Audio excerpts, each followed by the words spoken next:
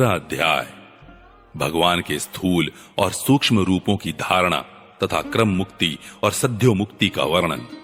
श्री सुखदेव जी कहते हैं, सृष्टि के प्रारंभ में ब्रह्मा जी ने इसी धारणा के द्वारा प्रसन्न हुए भगवान से वह सृष्टि विषयक स्मृति प्राप्त की थी जो पहले प्रलय काल में विलुप्त हो गई थी। इससे उनकी दृष्टि अमोघ और बुद्धि निश्चयात्मिका हो गई।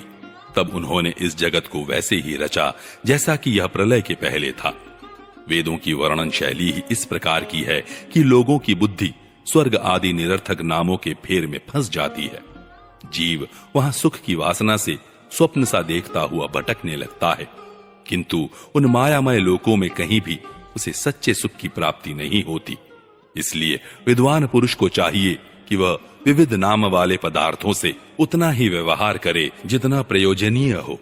अपनी बुद्धि को उनकी निस्सारता के निश्चय से परिपूर्ण रखे और एक क्षण के लिए भी असावधान न हो। यदि संसार के पदार्थ प्रारब्धवश बिना परिश्रम के यूं ही मिल जाएं, तब उनके उपार्जन का परिश्रम व्यर्थ समझकर उनके लिए कोई प्रयत्न न करे। जब जमीन पर सोने से काम चल सकता है, तब पलंग के लिए प्रयत्न करने से क्या प्रयोजन। जब भुजाएं अपने को भगवान की कृपा से स्वयं ही मिली हुई हैं, तब तकियों की क्या आवश्यकता। जब अंजलि से काम चल सकता है, तब बहुत से बर्तन क्यों बटोरें। वृक्ष की छाल पहनकर या वस्त्रहीन रहकर भी यदि जीवन धारण किया जा सकता है, तो वस्त्रों की क्या आवश्यकता। पहनने को क्या रास्तों में चिथड़े नहीं है। भूख लगने पर दूसरों के लिए ही शरीर धारण करने वाले वृक्ष क्या फल फूल की भिक्षा नहीं देते। जल चाहने वालों के लिए नदियां क्या बिल्कुल सूख गई हैं। रहने के लिए क्या पहाड़ों की गुफाएं बंद कर दी गई हैं। अरे भाई, सब न सही, क्या भगवान भी अपने शरणागतों की रक्षा नहीं करते। ऐसी स्थिति में बुद्धिमान लोग भी धन के नशे में चूर घमंडी धनियों की चापलूसी क्यों करते हैं।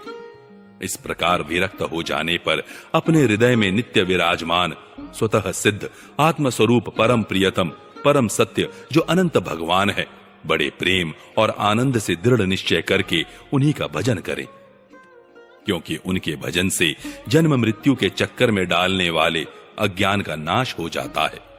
पशुओं की बात तो अलग है, परंतु मनुष्यों में भला ऐसा कौन है जो लोगों को इस संसार रूप वैतरणी नदी में गिरकर अपने कर्मजन्य दुखों को भोगते हुए देखकर भी भगवान का मंगलमय चिंतन नहीं करेगा। इन असत विषय भोगों में ही अपने चित्त को भटकने देगा। कोई कोई साधक अपने शरीर के भीतर हृदयाकाश में विराजमान भगवान के प्रादेश मात्र स्वरूप की धारणा करते हैं। वे ऐसा ध्यान करते हैं कि भगवान की 4 भुजाओं में शंख, चक्र, गदा और पद्म है। उनके मुख पर प्रसन्नता झलक रही है। कमल के समान विशाल और कोमल नेत्र हैं। कदम के पुष्प की केसर के समान पीला वस्त्र धारण किए हुए हैं। भुजाओं में श्रेष्ठ रत्नों से जड़े हुए सोने के बाजूबंद शोभायमान है।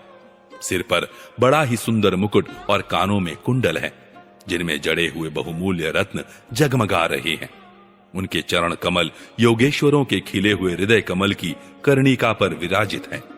उनके हृदय पर श्रीवत्स का चिन्ह है, एक सुनहरी रेखा है।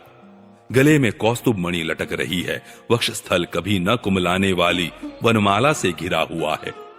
वे कमर में करधनी, अंगुलियों में बहुमूल्य अंगूठी, चरणों में नूपुर और हाथों में कंगन आदि आभूषण धारण किए हुए हैं। उनके बालों की लटें बहुत चिकनी, निर्मल, घुंघराली और नीली है। उनका मुख कमल मंद मंद मुस्कान से खिल रहा है। लीलापूर्ण उन्मुक्त हास्य और चितवन से शोभायमान बहुओं के द्वारा वे भक्त जनों पर अनंत अनुग्रह की वर्षा कर रहे हैं। जब तक मन इस धारणा के द्वारा स्थिर न हो जाए, तब तक बार बार इन चिंतन स्वरूप भगवान को देखते रहने की चेष्टा करनी चाहिए। भगवान के चरण कमलों से लेकर उनके मुस्कान युक्त मुख कमल पर्यंत समस्त अंगों की एक एक करके बुद्धि के द्वारा धारणा करनी चाहिए। जैसे जैसे बुद्धि शुद्ध होती जाएगी, वैसे वैसे चित्त स्थिर होता जाएगा। जब एक अंग का ध्यान ठीक ठीक होने लगे, तब उसे छोड़कर दूसरे अंग का ध्यान करना चाहिए। ये विश्वेश्वर भगवान दृश्य नहीं, दृष्टा है। सगुण निर्गुण सब कुछ इन्हीं का स्वरूप है। जब तक इनमें अनन्य प्रेममय भक्ति योग न हो जाए, तब तक साधक को नित्य नैमित्तिक कर्मों के बाद एकाग्रता से भगवान के इस स्थूल रूप का ही चिंतन करना चाहिए। परीक्षित, जब योगी पुरुष इस मनुष्य लोक को छोड़ना चाहे तब देश और काल में मन को न लगाए, सुखपूर्वक स्थिर आसन से बैठकर प्राणों को जीतकर मन से इंद्रियों का संयम करे। तदनंतर अपनी निर्मल बुद्धि से मन को नियमित करके मन के साथ बुद्धि को क्षेत्रज्ञ में और क्षेत्रज्ञ को अंतरात्मा में लीन कर दे। फिर अंतरात्मा को परमात्मा में लीन करके धीर पुरुष उस परम शांतिमय अवस्था में स्थित हो जाए। फिर उसके लिए कोई कर्तव्य शेष नहीं रहता। इस अवस्था में सत्व गुण भी नहीं है। फिर रजोगुण और तमोगुण की तो बात ही क्या है। अहंकार, महत्त्व और प्रकृति का भी वहां अस्तित्व नहीं है। उस स्थिति में जब देवताओं के नियामक काल की भी दाल नहीं गलती, तब देवता और उनके अधीन रहने वाले प्राणी तो रह ही कैसे सकते हैं। योगी लोग यह नहीं इस प्रकार परमात्मा से भिन्न पदार्थों का त्याग करना चाहते हैं और शरीर तथा उसके संबंधी पदार्थों में आत्मबुद्धि का त्याग करके हृदय के द्वारा पद पद पर भगवान के जिस परम पूज्य स्वरूप का आलिंगन करते हुए अनन्य प्रेम से परिपूर्ण रहते हैं, वही भगवान विष्णु का परम पद है। इस विषय में समस्त शास्त्रों की सम्मति है। ज्ञान दृष्टि के बल से जिसके चित्त की वासना नष्ट हो गई है, उस ब्रह्मनिष्ठ योगी को इस प्रकार अपने शरीर का त्याग करना चाहिए। पहले एड़ी से अपनी गुदा को दबाकर स्थिर हो जाए और तब बिना घबराहट के प्राणवायु को षटचक्र भेदन की रीति से ऊपर ले जाए। मनस्वी योगी को चाहिए कि नाभि चक्र मणि पूरक में स्थित वायु को हृदय चक्र अनाहत में, वहां से उदान वायु के द्वारा वक्ष स्थल के ऊपर विशुद्ध चक्र में, फिर उस वायु को धीरे धीरे तालु मूल में चढ़ा दे। तदनंतर 2 आंख, 2 कान, 2 नासा छिद्र और मुख, इन 7 छिद्रों को रोककर उस तालु मूल में स्थित वायु को बाहुओं के बीच आज्ञा चक्र में ले जाए। यदि किसी लोक में जाने की इच्छा न हो तो आधी घड़ी तक उस वायु को वहीं रोककर स्थिर लक्ष्य के साथ उसे सहस्त्रार में ले जाकर परमात्मा में स्थित हो जाए। इसके बाद ब्रह्मरंध्र का भेदन करके शरीर इंद्रियादि को छोड़ दे। परीक्षित, यदि योगी की इच्छा हो कि मैं ब्रह्मलोक में जाऊं, 8 सिद्धियां प्राप्त करके आकाशचारी सिद्धों के साथ विहार करूं अथवा त्रिगुणमय ब्रह्मांड के किसी भी प्रदेश में विचरण करूं, तो उसे मन और इंद्रियों को साथ ही लेकर शरीर से निकलना चाहिए। योगियों का शरीर वायु की भांति सूक्ष्म होता है। उपासना, तपस्या, योग और ज्ञान का सेवन करने वाले योगियों को त्रिलोकी के बाहर और भीतर सर्वत्र स्वच्छंद रूप से विचरण करने का अधिकार होता है। केवल कर्मों के द्वारा इस प्रकार बेरोक टोक विचरना नहीं हो सकता। परीक्षित, योगी ज्योतिर्मय मार्ग सुषुम्ना के द्वारा जब ब्रह्मलोक के लिए प्रस्थान करता है, तब पहले वह आकाश मार्ग से अग्निलोक में जाता है। वहां उसके बचे खुचे मल भी जल जाते हैं। इसके बाद वह वहां से ऊपर भगवान श्री हरि के शिशुमार नामक ज्योतिर्मय चक्र पर पहुंचता है। भगवान विष्णु का यह शिशुमार चक्र विश्व ब्रह्मांड के भ्रमण का केंद्र है। उसका अतिक्रमण करके सूक्ष्म एवं निर्मल शरीर से वह अकेला ही महरलोक में जाता है। वह लोक ब्रह्मवेत्ताओं के द्वारा भी वंदित है और उसमें कल्प पर्यंत जीवित रहने वाले देवता विहार करते रहते हैं। फिर जब प्रलय का समय आता है, तब नीचे के लोगों को शेष के मुख से निकली हुई आग के द्वारा भस्म होते देख वह ब्रह्मलोक में चला जाता है। जिस ब्रह्मलोक में बड़े बड़े सिद्धेश्वर विमानों पर निवास करते हैं, उस ब्रह्मलोक की आयु ब्रह्मा की आयु के समान ही प्रारब्ध की है। वहां न शोक है, न दुख, न बुढ़ापा है, न मृत्यु। फिर वहां किसी प्रकार का उद्वेग या भय तो हो ही कैसे सकता है। वहां यदि दुख है तो केवल एक बात का, वह यही कि इस परम पद को न जानने वाले लोगों के जन्म मृत्युमय अत्यंत घोर संकटों को देखकर दयावश वहां के लोगों के मन में बड़ी व्यथा होती है। सत्यलोक में पहुंचने के पश्चात वह योगी निर्भय होकर अपने सूक्ष्म शरीर को पृथ्वी से मिला देता है और फिर उतावली न करते हुए 7 आवरणों का भेदन करता है।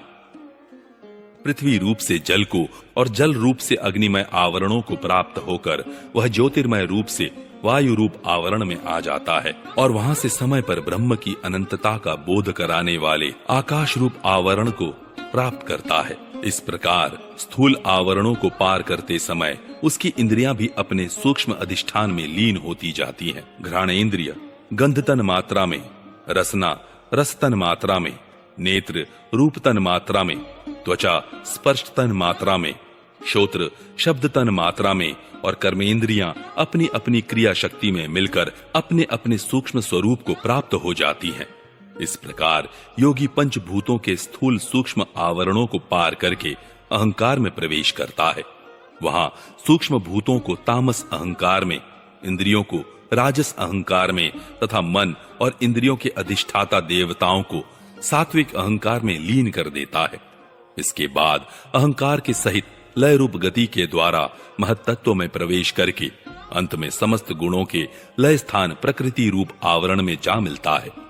परीक्षित, महाप्रलय के समय प्रकृति रूप आवरण का भी लय हो जाने पर वह योगी स्वयं आनंद स्वरूप होकर अपने उस निरावरण रूप से आनंद स्वरूप शांत परमात्मा को प्राप्त हो जाता है। जिसे इस भगवानमय गति की प्राप्ति हो जाती है उसे फिर इस संसार में नहीं आना पड़ता।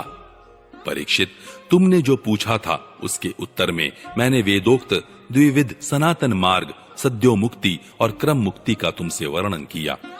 पहले ब्रह्मा जी ने भगवान वासुदेव की आराधना करके उनसे जब प्रश्न किया था तब उन्होंने उत्तर में इन्हीं दोनों मार्गों की बात ब्रह्मा जी से कही थी। संसार चक्र में पड़े हुए मनुष्य के लिए जिस साधन के द्वारा उसे भगवान श्री कृष्ण की अनन्य प्रेममय भक्ति प्राप्त हो जाए उसके अतिरिक्त और कोई भी कल्याणकारी मार्ग नहीं है। भगवान ब्रह्मा ने एकाग्र चित्त से सारे वेदों का 3 बार अनुशीलन करके अपनी बुद्धि से यही निश्चय किया कि जिससे सर्वात्मा भगवान श्री कृष्ण के प्रति अनन्य प्रेम प्राप्त हो वही सर्वश्रेष्ठ धर्म है। समस्त चर अचर प्राणियों में उनके आत्मा रूप से भगवान श्री कृष्ण ही लक्षित होते हैं, क्योंकि ये बुद्धि आदि दृश्य पदार्थ उनका अनुमान कराने वाले लक्षण हैं। वे इन सब के साक्षी एकमात्र दृष्टा हैं। परीक्षित, इसलिए मनुष्यों को चाहिए कि सब समय और सभी स्थितियों में अपनी संपूर्ण शक्ति से भगवान श्री हरि का ही श्रवण, कीर्तन और स्मरण करें। राजन, संत पुरुष आत्मस्वरूप भगवान की कथा का मधुर अमृत बांटते ही रहते हैं। जो अपने कान के दोनों में भर भर कर उनका पान करते हैं, उनके हृदय से विषयों का विषैला प्रभाव जाता रहता है। वह शुद्ध हो जाता है और वे भगवान श्री कृष्ण के चरण कमलों की सन्निधि प्राप्त कर लेते हैं।